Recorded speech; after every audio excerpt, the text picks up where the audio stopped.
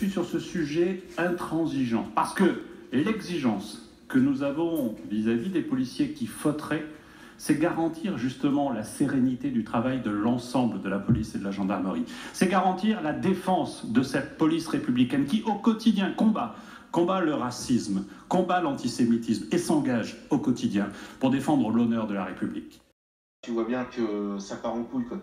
Ce pays mérite une guerre civile raciale bien sale. Il faut qu'il crève ces chiens.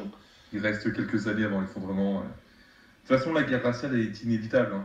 Ça, c'est clair et net. C'est juste une question de temps.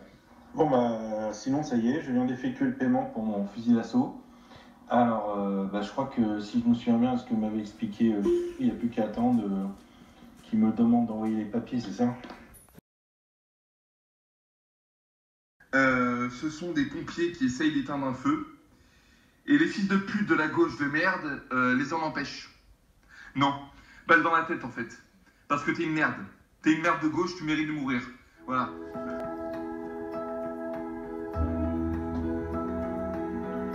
On fait toujours sur le pont Jeanne d'Arc. C'est quand même un sacré cortège de fils de pute, quoi. Pour des retraites et des gilets jaunes, ils savent très bien faire des manifestations, mais pour les attentats et tout le reste, elle est toute fois enculée, quoi. C'est beau la France.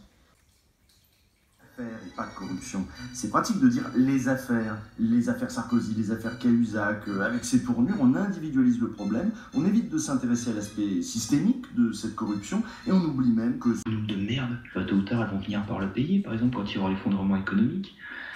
Ils ne sauront pas les protéger, par exemple. Moi, je pourrais, par exemple, qu'elles trouvent beaucoup trop faible et beaucoup trop gentil, bah, méfie-toi de l'eau qui dort, parce que moi, j'ai les armes, par contre. Donc avec les armes, je serais capable de pouvoir la défendre mieux qu'un gros bâtard qu'elle a choisi. Mieux que son singe. Bon après, j'ai pas un bon exemple dans ma série. Ah, si bête, arrête de bouffer les graines de Marlène. Nadine, particulièrement Nadine. C'était pas une baisse de salaire, vous serez viré. Alors évidemment que lorsqu'on soumet ça à référendum, un certain nombre de salariés se disent, bah, de toute façon, on n'a pas le choix. Mais enfin, dans ce pays, il y a quand même des gens qui continuent à toucher des fortunes.